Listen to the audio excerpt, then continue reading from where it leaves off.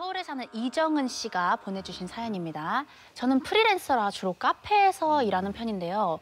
그러던 어느 날 매일 가는 동네 카페 대신 드라이브도 할 겸 서울 근교로 나가보기로 했습니다. 내비게이션에 춘천을 찍고 무작정 출발했어요. 신나게 달리다 보니 어느덧 남이섬 근처더라고요. 한적한 길 끝에 괜찮은 카페 하나가 보였습니다.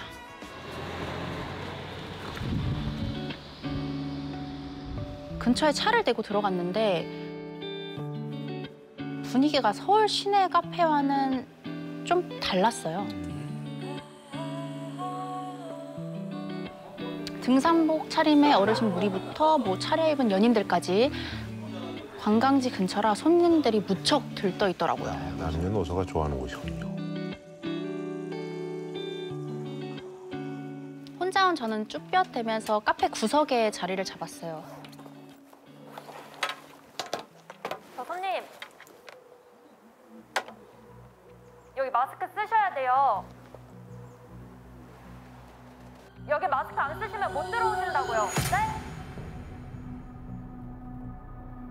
마스크 가져오시면 주문 받아드릴게요. 저희 마스크... 카페에 마스크를 안 쓴 손님이 들어온 거예요. 네? 대여섯 살쯤 되어 보이는 아이랑 그리고 아이 엄마였습니다. 안 되지. 심할 때야. 당시 코로나가 정말 한창이었거든요. 맞아. 그러니까 직원이 저렇게 화를 낼만 했습니다.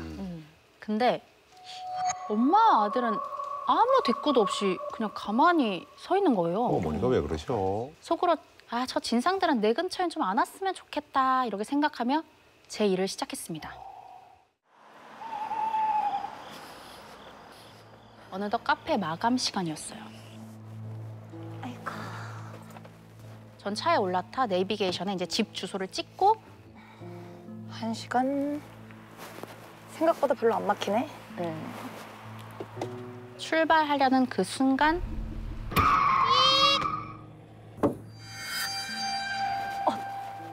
뭐야?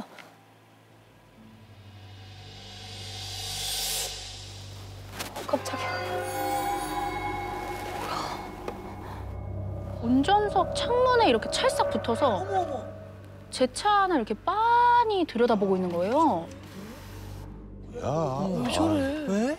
몰상식하게. 누구세요? 저기요. 아이가 힘들어서 그러는데 택시 잡히는 곳까지만 태워주세요. 그 카페에서 본 진상 손님 엄마와 아들이었어요. 이것도 좀 난감하네. 조금 안쓰러운 마음에 태워줄까? 순간 망설였는데 두 사람이 또 마스크를 안 쓰고 있는 거예요. 솔직히 이 시국에 좀 태우기 찝찝하잖아요. 그럼요. 죄송해요. 제가 여기 초행길이기도 하고 갈 길이 좀 멀어서요. 정말 죄송합니다. 이렇게 외딴 곳에 좀 두고 가려니 좀 미안했는데 사과를 하고 급히 주차장을 빠져나왔어요. 당시에 그러니까 제 차 자체가 저는 항상 좀 끝부분에다가 차를 세우는 편이어서 가장 끝쪽에 있었거든요. 근데 이쪽에는 차에 접근할 때까지만 해도 사람이 안 보였어요. 그래서 이제 시동을 걸고 당연히 출구로 나가야 되니까 돌아 세우자마자 운전석 있는 데 쪽으로 이제 바로 들이대면서 얘기를 걸었던 거죠, 둘이서. 이 표현이 참 그런데요. 참 맥이 없다라는 느낌이었거든요. 굉장히 지치고 피곤하고 기력이 없어서 진짜 좀 태워주세요의 느낌은 있었거든요. 그런데 그 사람들 인상 차이가 좀 묘했던 건 뭐냐면 가방도 없었고 아무것도 없었어요. 소지품 하나 없이 이렇게 둘이 아이를 데리고 온다는 게 어린아이는 특히 이렇게 필요한 물품이 많잖아요. 근데 그것도 없이 온 게 좀 이제 신기하다는 느낌이 있었죠.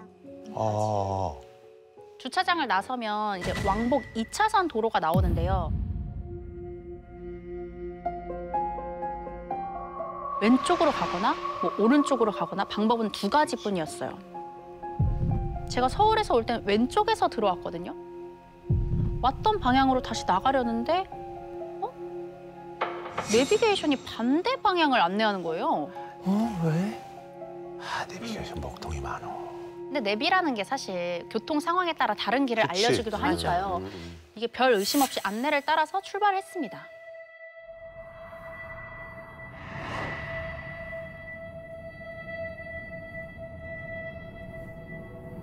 그렇게 1km쯤 달릴 무렵 목적지까지 30m 남았습니다. 이상하다.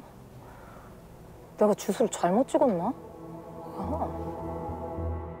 목적지가 서울인데 왜 왜 그래? 이게 조금밖에 안 남았어?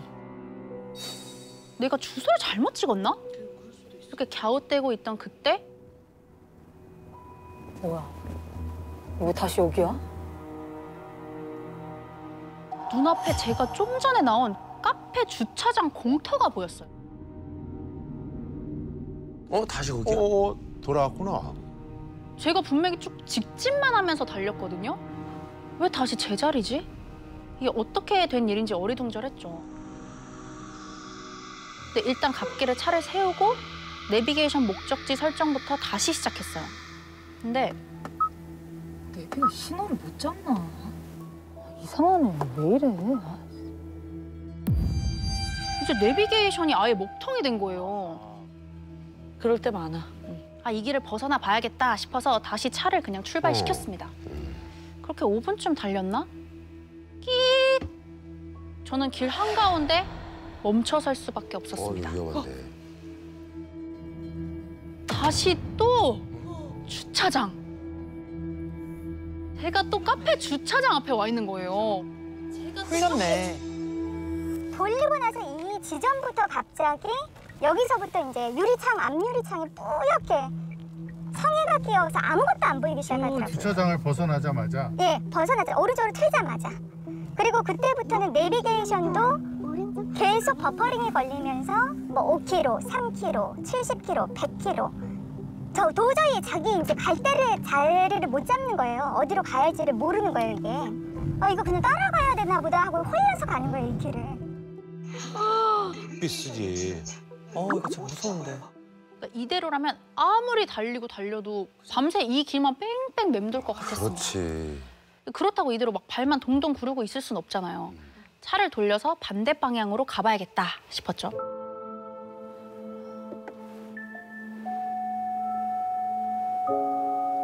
뭐야? 뭐 후진을 해도 된다는 거야, 만다는 거야, 뭐야? 아이씨, 뭐야? 하다 이제 후방 카메라까지 목통이 된 거죠. 전자파가 방해되는 지역인가. 초행길에 밤이라 안 그래도 긴장되는데 자꾸 막 이상한 일까지 반복되니까 너무 당황스럽더라고요. 후방 카메라 이렇게 화면을 두드려 보는데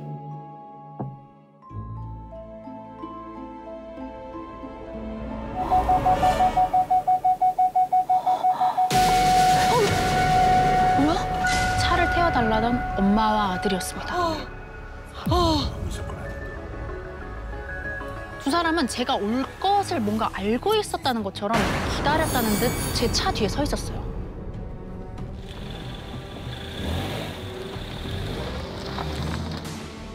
순간 오싹한 생각이 제 머릿속을 스치고 지나갔습니다.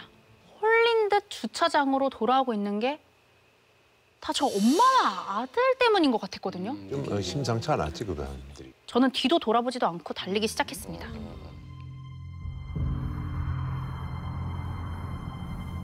그렇게 한참 달리다 정신을 차려보니 도로에 뭐 다른 차들도 지나다니고 뭐 불 켜진 가게도 보이더라고요.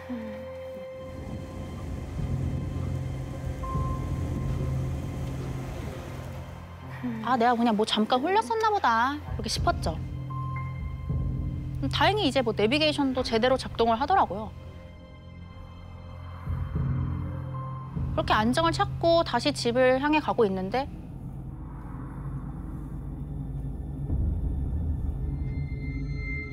제 앞에 차가 이제 속도를 쭉 줄이면서 멈춰 서더라고요. 그래서 저도 뒤따라 이렇게 천천히 차를 세웠죠. 그때 뭐야? 누구야?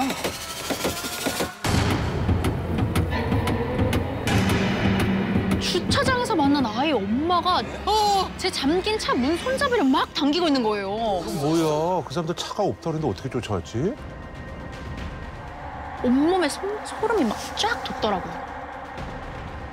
여자는 계속 잠긴 문을 당기고 저는 일단 빨리 차를 출발시켜야 했죠. 그때 이제 빠져나갈 샛길이 보였고 무작정 저는 그쪽을 향해 차를 틀었습니다.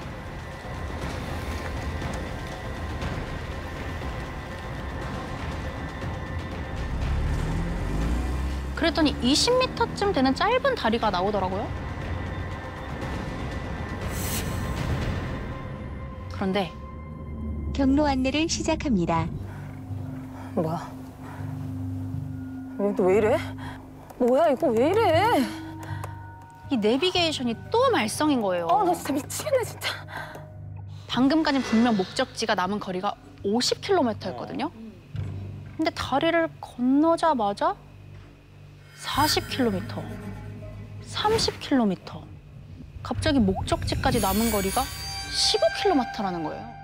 제가 차를 가지고 그 먼 길을 달려왔는데 먼저 거기 서 있는 건 그 상상도 못할 일이거든요. 그게 뭐 날아왔어, 뭐 누가 갔다가 어떻게 뭐 진짜 헬기로 실기를 했어. 모자가 제 차를 갖다가 타려고 조수석 문을 탈칵하고 여는 순간 놀래서 그 다리를 접어들었어요. 다리가 20m밖에 안 되는데 목적지까지의 거리가 10몇 킬로로 뚝 떨어지더라고요, 갑자기. 그러니까 이제 목적지가 집이 더 이상 아니었던 거지, 그게. 이렇게밖에 생각할 수밖에 없지. 다리를 이제 건너고 보니 길이 너무 외지고 으슥한 거예요.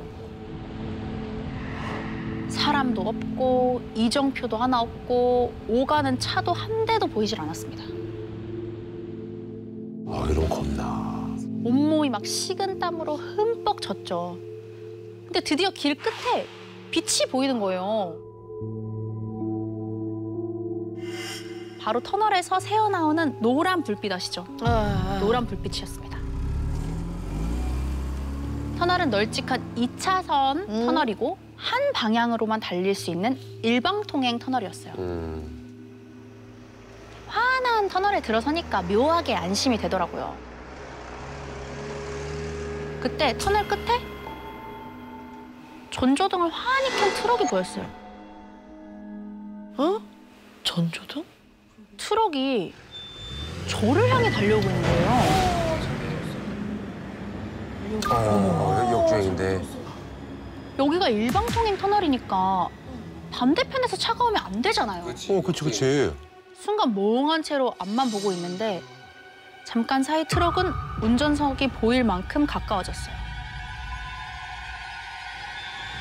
그리고 조금씩 트럭 안에 탄 사람들이 보이는데 저를 그렇게 쫓아오던 엄마와 아들이었습니다.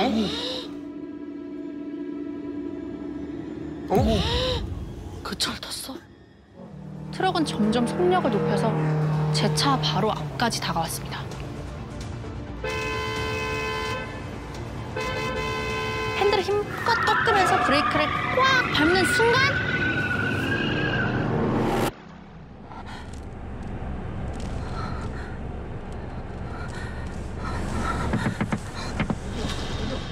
웬 남자가 운전석 밖에서 절 부르고 있더라고요.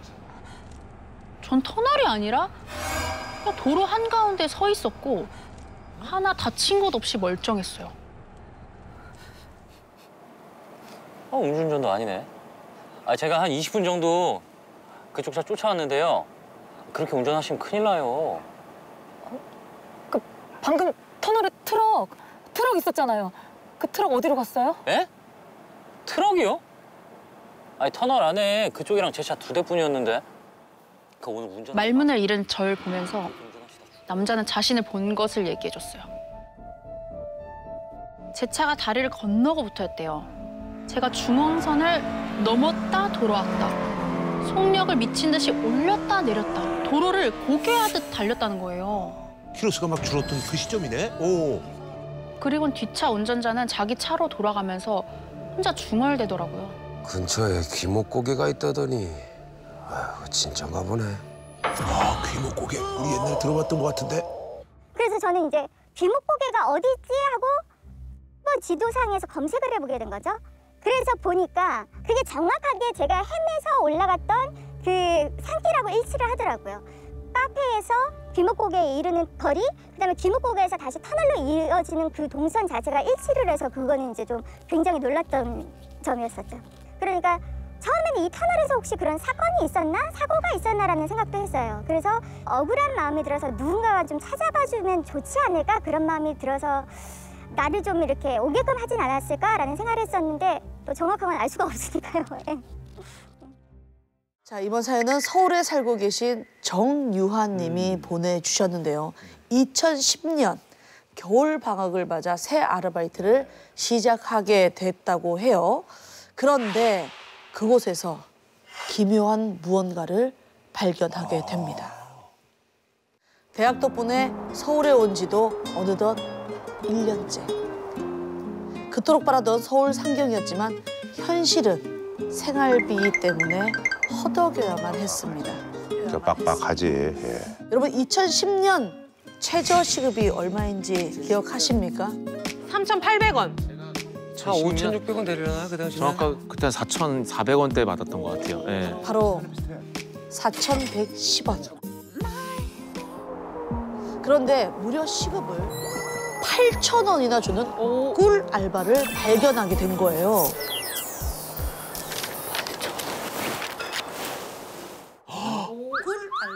야, 그러면 그곳은 홍대에 있는 3층짜리 개인 카페였습니다. 오후 5시부터 10시까지 일할 마감조를 구하고 있었는데요. 안녕하세요. 아, 유아 씨 맞으시죠? 네. 아, 추운데 어서 와요. 뭐 따뜻한 커피나 차 중에 어떤 거 좋아하세요? 그럼 커피. 면접 때 뵌 사장님은 너무나도 친절했어요. 게다가 카페가 골목에 있어서 사람도 그리 많지 않았고 누구나 부러워할 최적의 조건이었죠. 그러네. 돈도 많이 주고. 딱 한 가지만 빼고요. 응? 저는 아직도 그곳을 처음 봤을 때의 충격을 잊지 못합니다. 사장님의 인수인계를 받으며 3층으로 올라가는데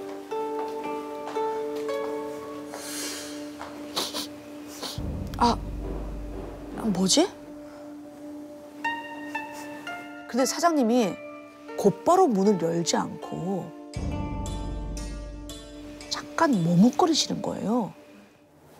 유아 씨,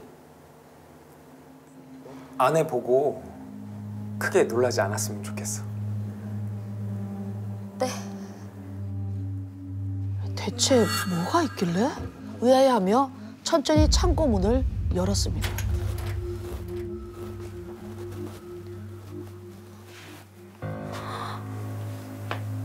사장님, 이게 다 뭐예요? 창고 한가운데 재단이 차려져 있는 거예요. 아, 그냥 장사 잘 되게 해달라고 차려둔 거야. 또 그런 걸 또 모시는 분인가 보네.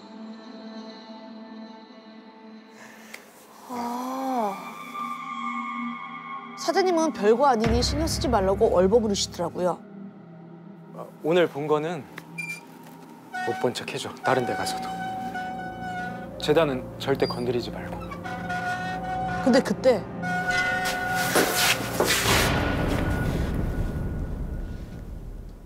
그리고 창고에 들어올 때 꼭 문을 열어둬. 네. 얼이 빠진 저에게 사장님은 꼭 지켜야 하는 주의사항이라며 말씀해 주셨습니다. 가끔 문이 닫히면 안쪽에서 안 열릴 때가 있다고 하더라고요. 위험하다. 재단도 그렇고 영 좀 찝찝했지만 다른 장점들을 꺾을 만한 치명적인 단점은 아니었습니다. 그렇게 저는 그곳으로 출근을 했어요. 그리고 며칠 후 카페 일을 마치고 바로 다음 알바를 가야 하는 날이었어요. 열심히 사네. 저도 옷을 갈아입기 위해 서둘러 화장실을 향했습니다. 언니야? 잠깐만, 빨리 갈아입고 나갈게. 나 늦었는데 어떡하지? 그래, 그냥 창고에서 갈아입자. 재단 때문에 조금 찝찝했지만 어쩔 수 없었죠. 아이고.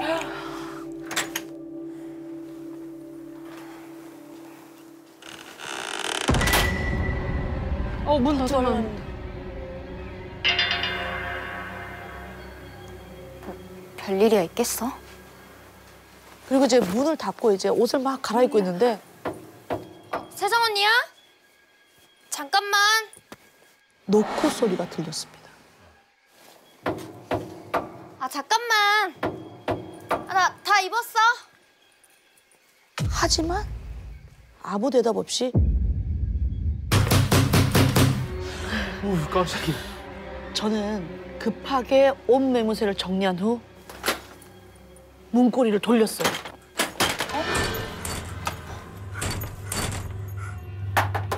언니 문이 안 열려. 문 잠겼나 봐. 그런데 그때였어요.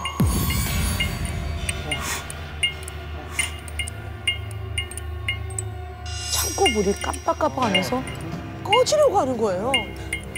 언니! 언니!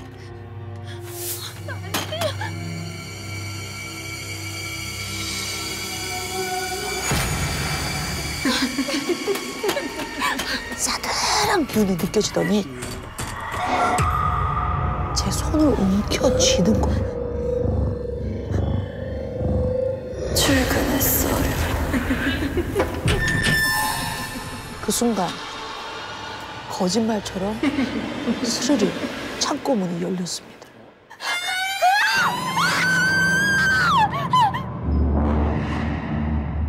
저는 이제 비명을 지르며 창고를 막 뛰쳐내려왔어요. 그런데 누군가의 시선이 느껴지는 거예요. 고개를 드니 2층 계단에서 사장님이 절 지켜보고 계시는 겁니다. 지켜봐. 아 유아 씨, 아니 거기서 뭐해? 저는 더듬더듬 창고에서 어떤 여자 목소리를 들었다고 말씀을 드렸어요. 이런 무슨 말 같지도 않은 얘기를 하고 앉았어. 잘못 들었겠지? 이상한 낌새가 지워지지 않던 저는 다음 날 알바생들에게 어제 겪은 일들을 얘기를 해줬습니다. 아니 언닌 재단에 대해서 뭐 들은 거 없어? 근데 사장님이 그런 얘기 하는 거 좀 싫어하시니까. 모두가 우물쭈물하는 그때 제일 오래된 알바생 지연 씨가 조심스럽게 입을 열었어요. 아, 뭔걸 알고 있네.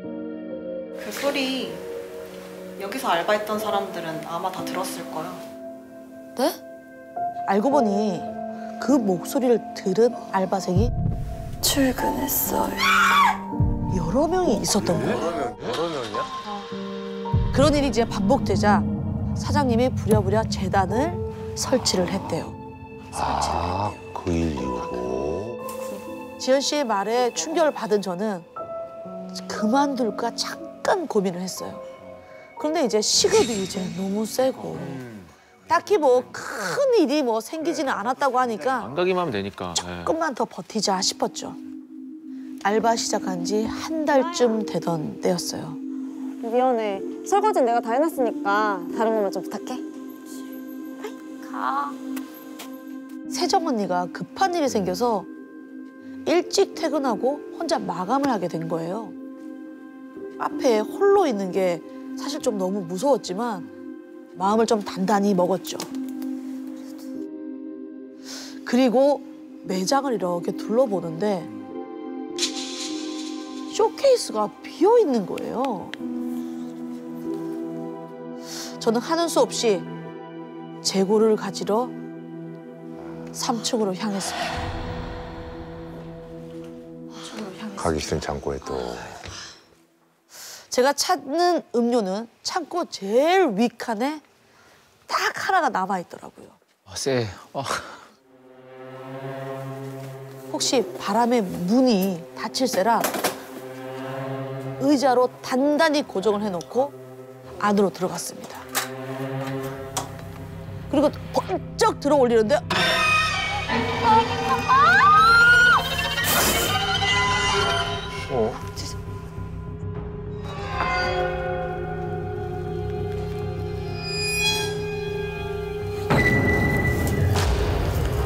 반쯤 찢어진 부적이 제 손에 있는 거예요. 부적? 거기저기 붙어 있었나 보다. 불길한 마음에 저는 곧장 창고를 빠져나왔습니다. 근데 그때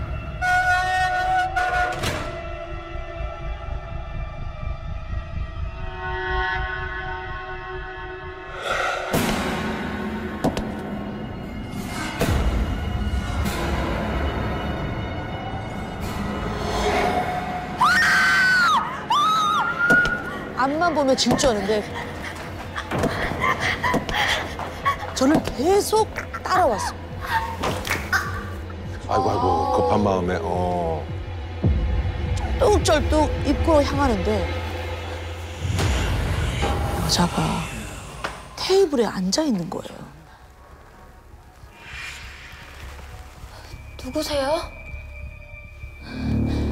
그 여자는 뒤돌아보지 않았어요. 그런데 그녀를 자세히 보다가 한 가지 사실을 깨달았습니다. 우리 카페 유니폼을 입고 있다는 것을. 오, 뭐 알바생이었는데 옛날에.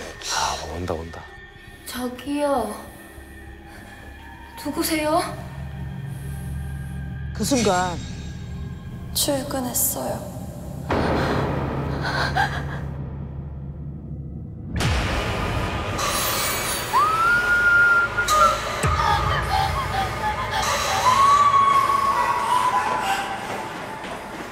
그리고는 엉엉 울며 사장님께 전화를 걸었어요. 사장님, 저 죽을 뻔했어요. 그 여자 대체 누구예요? 당장 이야기 안 해주시면 진짜 저 가만히 안 있을 거예요. 제가 악을 쓰며 따져묻자 사장님은 한숨을 푹 내쉬더니 출근했어요. 그 여자의 정체를 알려주셨어요. 3년 전 이 카페에 알바생 커플이 있었대요. 그런데 어느 날 여자 알바생이 사장님께 조심스레 와서 3개월치 월급을 가불해달라고 하는 거예요. 사장님 드릴 말씀이 있는데요. 그런 경우 있지. 근데 워낙에 성실했던 친구라 흔쾌히 사장님이 돈을 빌려주셨대요. 감사합니다. 그런데 다음 날부터 남자친구인 알바생이 무단 결근을 하더니 여자 알바생까지 잠수를 탄 거예요. 사장 피해자네, 어떻게 보면. 너 왜 출근 안 해? 한참 만에 연락이 닿았고 사장님은 이러면 나 신고할 수밖에 없어. 따져 물었죠. 그 여자는 이제 뜸들이다가 이렇게 말을 했대요. 그 돈 저한테 없어요. 그렇게 월급도 값을 받고 사채까지 썼는데 갑자기 남자가 연락 두절이 된 거죠. 그래, 네 사정 알겠어. 그래도 값을 받은 돈이 있는데 출근해서 일은 해야 되지 않겠니? 사장님이 나무라자 알바생은 정말 30분 만에 도착을 했습니다. 사장님, 저 출근했어요. 어두운 얼굴의 알바생은 옷 갈아입고 오겠다며 곧장 창고로 올라갔대요. 그런데 시간이 한참 지나가도 내려올 생각이 없는 거예요. 사장님이 문을 두드려도 아무 응답이 없자 고민 끝에 열쇠를 열고 들어갔다고 합니다. 그리고 그 자리에 주저앉고 말았대요. 그 여자 알바생이 창고 안에서 목을 맨 거예요. 출근했습니다. 창고 안에서 속삭이던 그 목소리. 혹시 절망에 빠진 그 여자가 아직 카페를 떠나지 못하고 있는 건 아닐까요?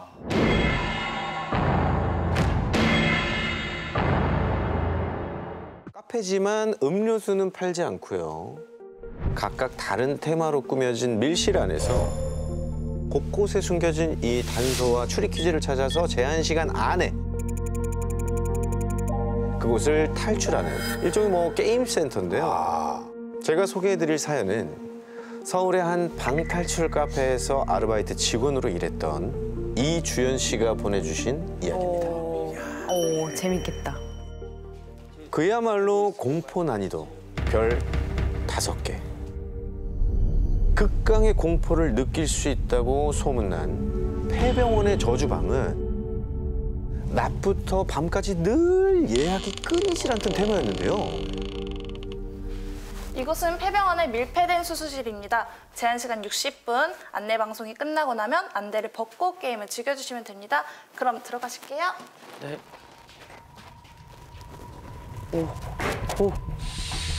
안대를 벗은 손님들이 마주할 그 공간은 온통 붉은 핏자국으로 가득한 벽면에 붉게 물든 샤워 커튼 뒤 욕조가 인상적인 폐병원의 테마의 첫 번째 방, 수술실이었습니다. 무섭겠다. 완전 세다. 설정 무서워. 뭐 어떤 손님들은 이 방을 보자마자 포기해버릴 정도로 정말 으스스한 공간이었거든요. 그런데 안내를 마친 주연 씨가 카운터 옆 CCTV 상황실로 돌아와 보니까 상황이 이게 묘하게 돌아가는 거예요. 야, 진짜 사랑하나 보다. 아니, 저 커플은 저희가 무섭지도 않나? 왜? 어떤데? 폐병원 테마의 커플 손님들이 꼭 붙어서는 단서를 찾을 생각은 1도 없어 보이는 겁니다. 아, 데이트하러 왔구나, 데이트하러 왔어. 나갈 의지 좀 만들어줘야겠는데? 그래서 두 사람이 선택한 방법은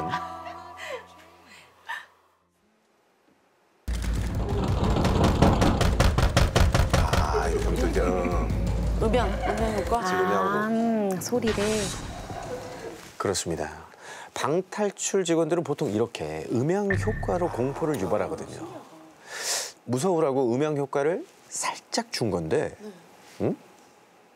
이 CCTV 화면 속 두 사람이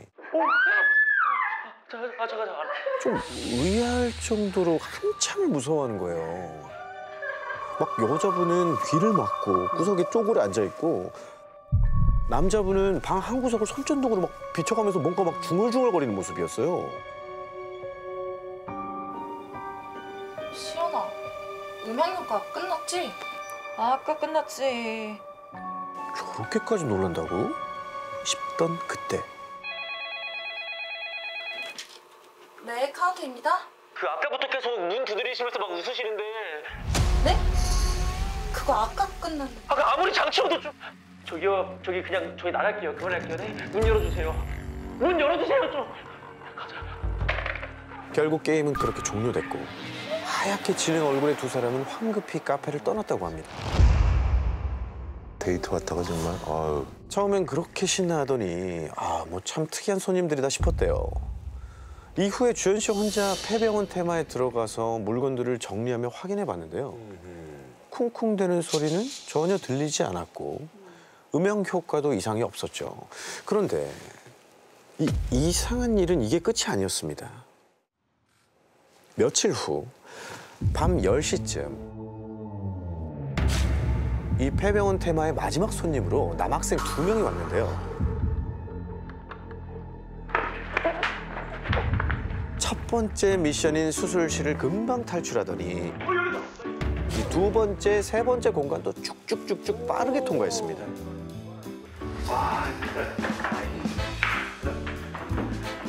오, 이 친구도 신기록 달성하겠는데. 진짜? 이제 마지막이네. 그런데 마지막 공간인 연구실에서 두 사람이 이상하게 머뭇거리고 있는 거예요. 벽에 바짝 달라붙은 한 친구 옆에서 다른 친구가 손전등을 이렇게 휘휘 젓고만 있었죠. 마지막 단서가 들어있는 캐비넷 앞에서 두 사람 다 쩔쩔 매는 듯한 모습이었습니다. 그 모습을 본 주연 씨가 문득 그 아까부터 계속 문 두드리시면서 막 웃으시는데. 이 며칠 전 그 커플을 떠올린 바로 그때. 깜짝이야. 저기요. 저 캐비넷 열애하는 거 맞죠? 네, 마지막 단서인 병원 설계 도면이 캐비넷 안에 있으니까 확인해 보시면 됩니다. 병원 설계 도면에 표시된 비밀 통로만 발견하면 바로 탈출할 수 있는 상황이었거든요. 네. 통화를 마치곤 한 친구가 용기를 내어 캐비닛 쪽으로 조금씩 다가갔대요. 그런데 그 앞에 서서 문을 바로 열지 않고 몸을 한쪽으로 기울인 채 마치 무언가를 피해서 캐비닛을 열려는 것처럼 조심스러워 보였답니다.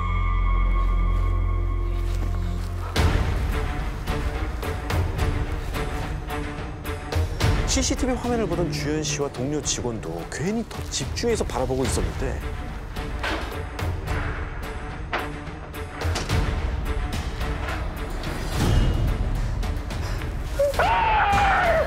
소스치게 놀라며 뒤로 넘어지는 거야. 결국 신기록을 세울 줄 알았던 그 학생들은 탈출을 포기했습니다. 아, 이건 뭐가 있네, 그럼. 뭐지? 그런데 방을 뛰쳐나온 그 학생들끼리 나누는 얘기가 좀 이상했대요. 오늘 솔직 레전드. 그 캐비넷에 단발머리. 그 여자 뭐야? 나 진짜 귀신인 줄 알았어. 아, 저 캐비넷 안에 있던 거 그거 마네킹 아니고 직원분 맞죠? 네? 와, 연기 대박 잘하던데 연기 진짜 놀랬잖아요, 그치? 그 얘기를 들은 주연 씨와 동료 직원들은 뭐 저게 무슨 소리지? 싶었대요. 그도 그럴 게 직원들은 그 안으로 들어간 적도 없었고요. 주연 씨와 동료 직원 모두 단발머리가 아닌 긴 머리를 하고 있었거든요.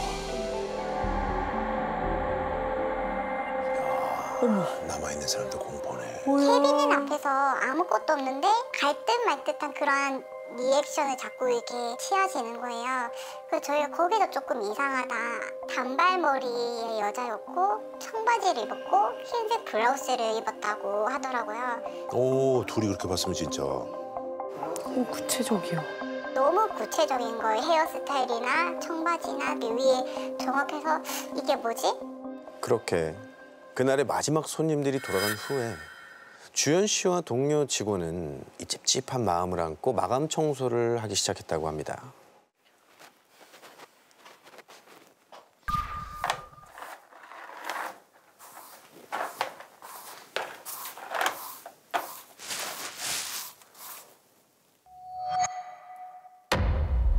뭐지? 수술실 안 피가 잔뜩 묻은 커튼 뒤로 누군가의 실루엣이 이렇게 아른거리는 겁니다.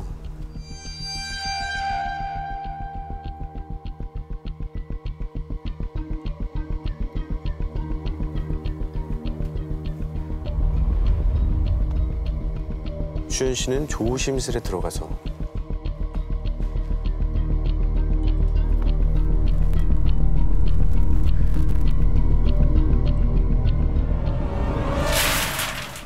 그런데 거기엔 아무도 없었습니다.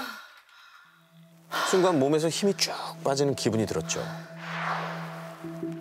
손님들이 하도 그런 얘기를 하니까 괜히 휩쓸렸나 보다 생각하면서 이번엔 연구실로 넘어갔대요. 널브러진 이 집기들을 정리하려는데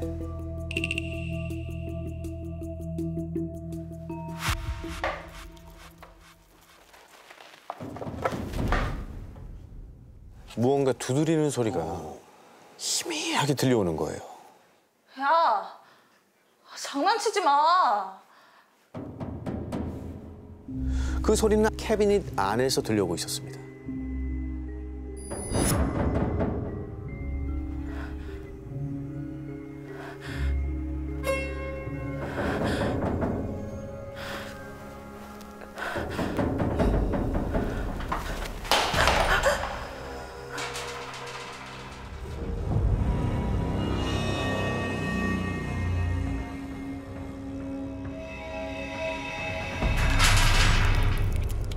캐비닛 사이로 하얀 손가락이 빠져나오는 거예요. 손가락?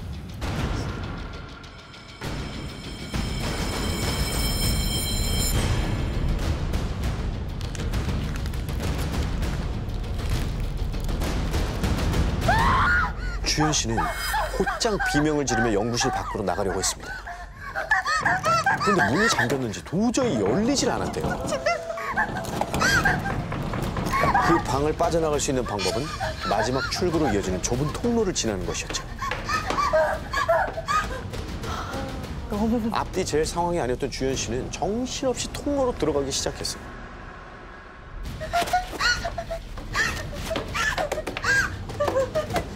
그렇게 통로의 중간쯤 갔을 때였죠. 저기 통로 끝에 흰 블라우스에 청바지를 입은 단발머리 여자. 손님들이 말한 바로 그 여자였습니다.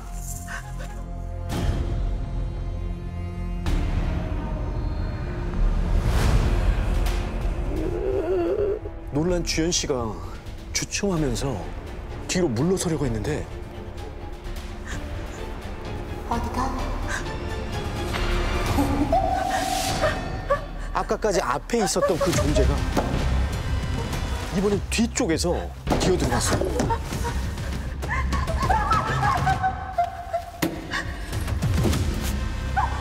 주현 씨는 잡히면 죽는다는 심정으로 통로 끝을 향해 기어갔습니다.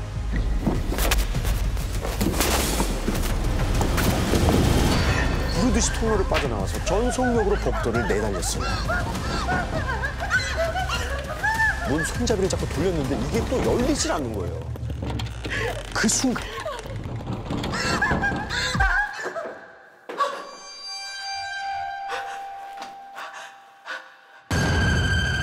단발머리 여자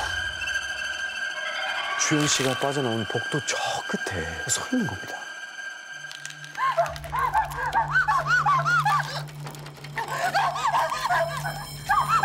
아 뭐야 주현아 너 왜 그래? 벌컥 문이 열렸고 주현 씨는 그 길로 방에서 뛰쳐나왔어요. 쓰레기를 버리고 온 동료 직원이 넋이 나간 채 온몸에 땀을 흘리며 뛰쳐나온 주현 씨를 발견했다고 합니다. 이후 주현 씨의 얘기를 들은 직원이 방을 일일이 다 확인해봤지만 아무도 보질 못했대요. 억울해하는 주현 씨를 보고 그럼 같이 CCTV를 돌려보자 한 건데요. 거기엔 정말 믿기지 않은 장면이 담겨져 있었습니다.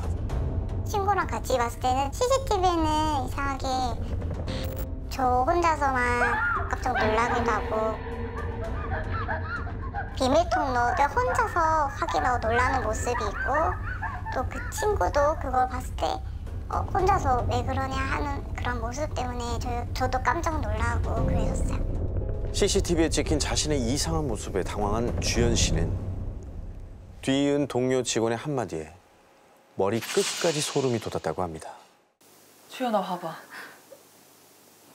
여기 이 센서 잘못된 거 아니야? 사람이 움직일 때마다 센서가 감지돼서 화면에 초록불이 들어오거든요.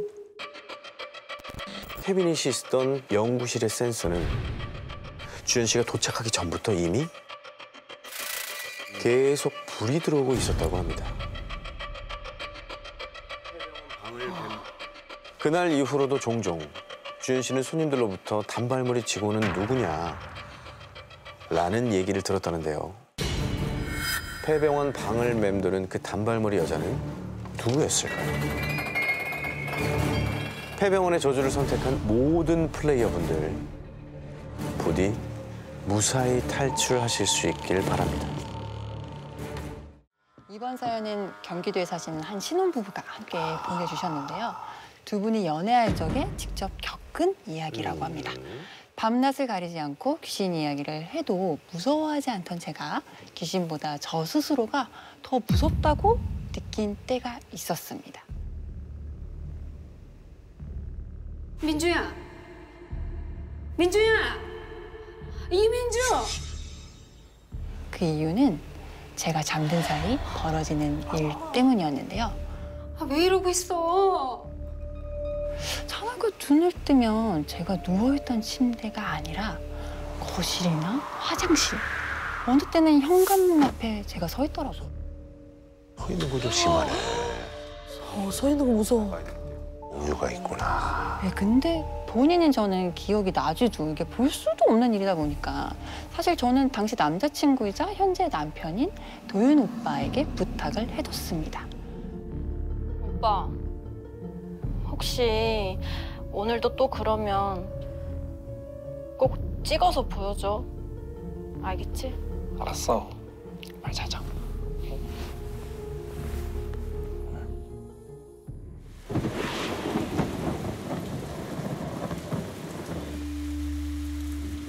민주야.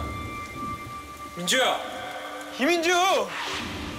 자다가 눈을 떴는데 오빠가 사색이 되어서 괜찮아? 제 손이랑 발이랑 살펴보고 있는 거예요. 다친 데 없지? 그런데 부엉이더라고요. 내가 여기 왜 있어?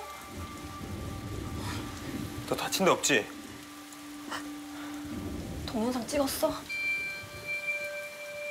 근데 오빠가 보여준 영상 속 제 모습은 지금껏 제가 생각했던 잠버릇이 전혀 아니었습니다. 좀 과격했구나.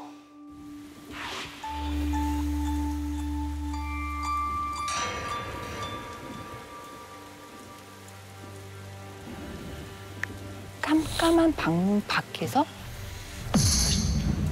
웃더니 어디론가 사라져서 민주야. 오빠가 서둘러 따라 나가더라고요. 민주야. 민주. 형. 민주야. 그리고 잠시 후 오빠가 발견한 저는 거기서 뭐해? 먹다 남은 케이크를 먹고 커피포트에 물을 데워서 제 발 아래쪽을 향해서 물을 붓고 있는 거예요. 혹시 목류병 아닐까? 내가 목류병이라고? 목류가 있어. 목류병이라니. 믿어지지도 않고 사실 믿고 싶지도 않더라고요. 그래서 조만간 병원에 가봐야겠다 하면서 생각만 하고 차일피일 미루던 어느 날이었어요.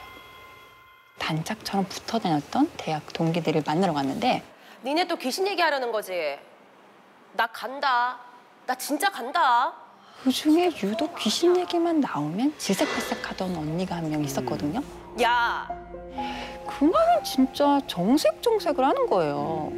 그래서 야, 그만하자. 언니 그러다 진짜 가겠다.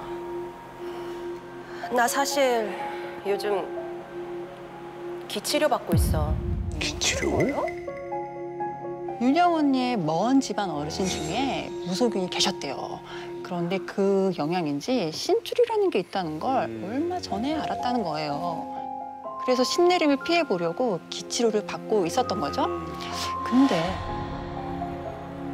귀신 얘기하면 그 주위로 귀신들이 몰려들어. 그래서 얘기하고 싶지가 않아. 사실 저는 독실한 크리스찬 집안에서 태어나서 이런 이야기들이 사실 이해하기 쉽진 않았어요. 말 나온 김에 민주야. 응? 넌 진짜 귀신 얘기하지 마. 나 왜? 사실 너 처음 봤을 때부터 느꼈던 건데 넌 기운이 너무 강해서 다가오는 귀신들도 튕겨서 나갈 정도야. 그럼 좋은 거 아니야? 귀신보다 내 기운이 더 세다는 거잖아. 대박인데?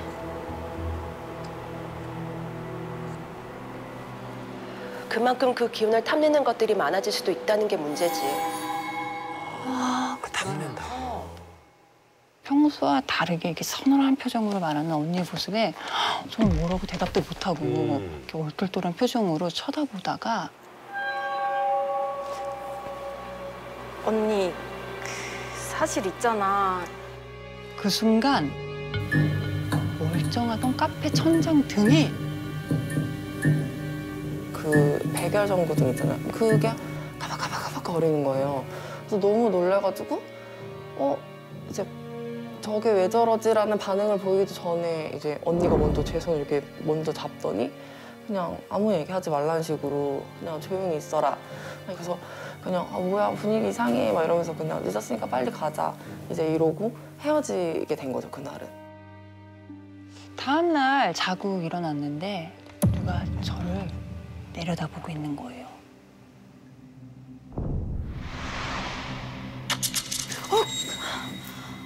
깜짝이야. 놀랬잖아, 엄마. 아침부터 왜 그렇게 서 있어? 거울 가서 네 얼굴 좀 한번 봐봐. 내 얼굴이 뭐 어때서? 아, 진짜. 내 얼굴이 뭐가 어때서 하면서 이렇게 화장대로 다가간 저는 정말 할 말을 잃고 말았습니다. 뭐야? 제 얼굴은 마치 아이들이 엄마 몰래 이렇게 화장을 막 한 것처럼 야, 이거 자는 중간에 또 그랬구나. 아니 이게 어떻게 된 일이지 싶어가지고 넋을 놓고 거울을 보고 있으니까 아니, 밤에 엄마가 새벽에 물 마시러 나왔다가 네 방에서 하도 부시럭부시럭 대길래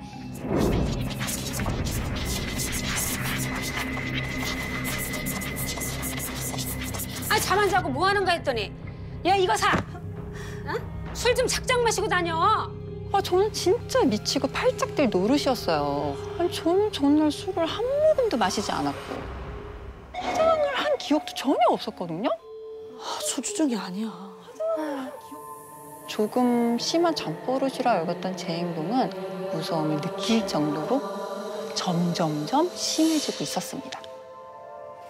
욕실에 들어가서 화장을 지우면서 하면서 땅이 꺼다라 한숨을 쉬고 있는데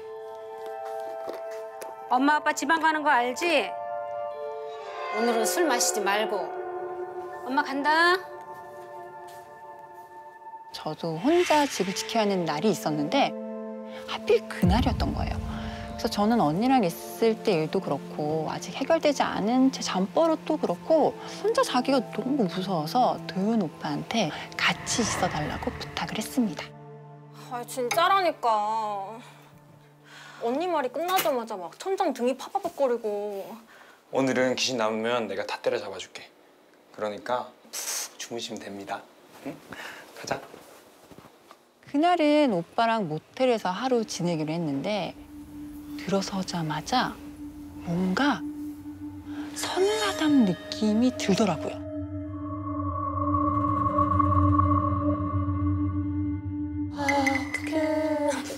그 서늘한 기운은 계속되어서 아예 저는 에어컨도 끄고 자리에 그냥 누웠어요. 그런데 여전히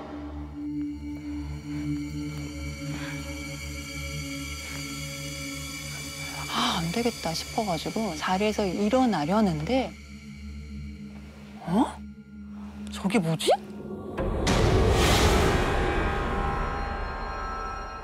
방금 뭔가 사람 같은 게 지나간 것 같은데? 일어났어.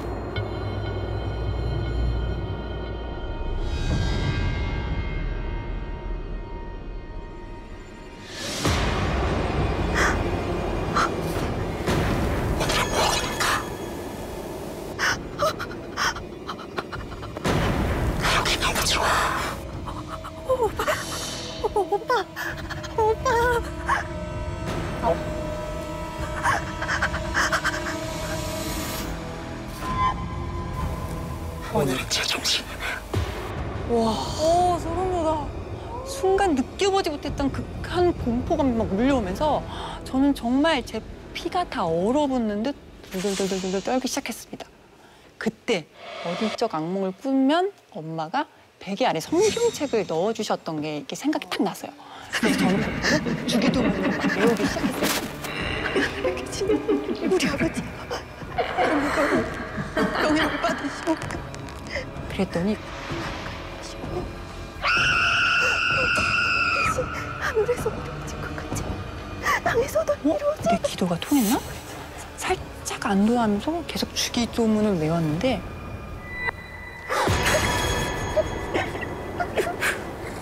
우리에게 이루어지고 주시옵소서.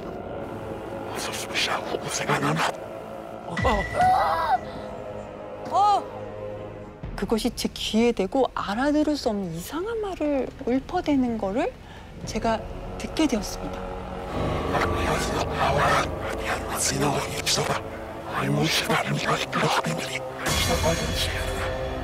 그 목소리에 정신이 혼미해짐을 느끼던 그때 어느 순간 깨달았어요. 아, 지금 저게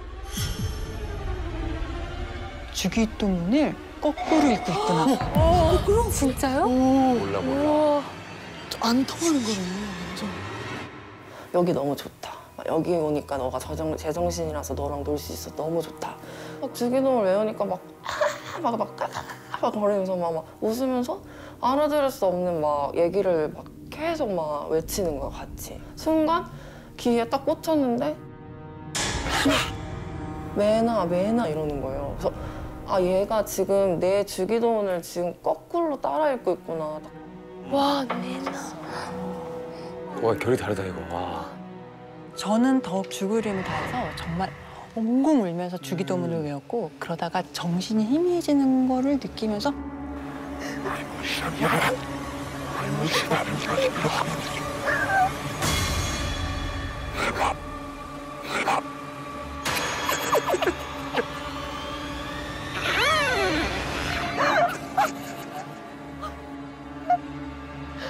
쓰러지고 말았습니다.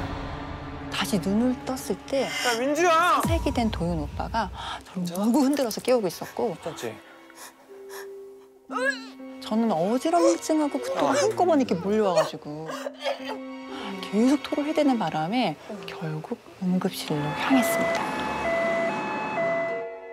병원에 도착해서 안정을 좀 찾은 후에 도윤 오빠한테 어떻게 된 거냐고 한번 물어봤어요. 그랬더니 오빠 말이 아니, 자다가 시끄러워서 일어났는데. 민주야, 뭐해? 민주야.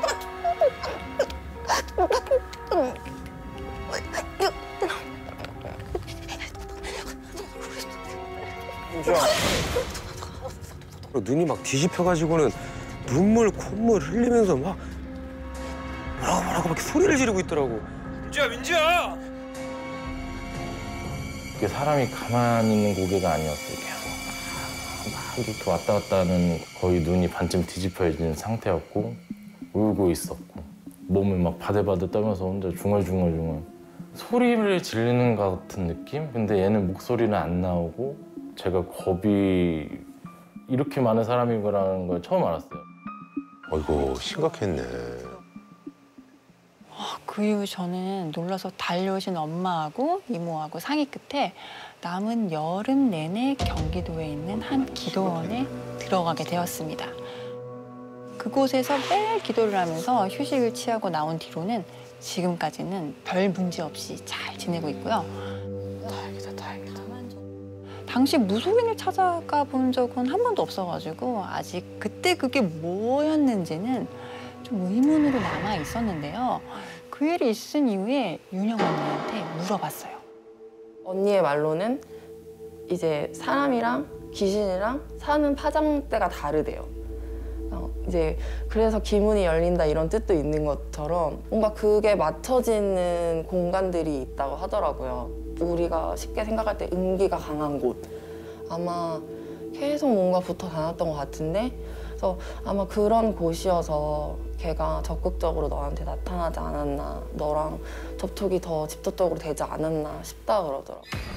그 모든 행동은 그동안 제게 보이지 않았지만 제게 붙어있던 귀신과 함께 융화했던 행동들이었을까요?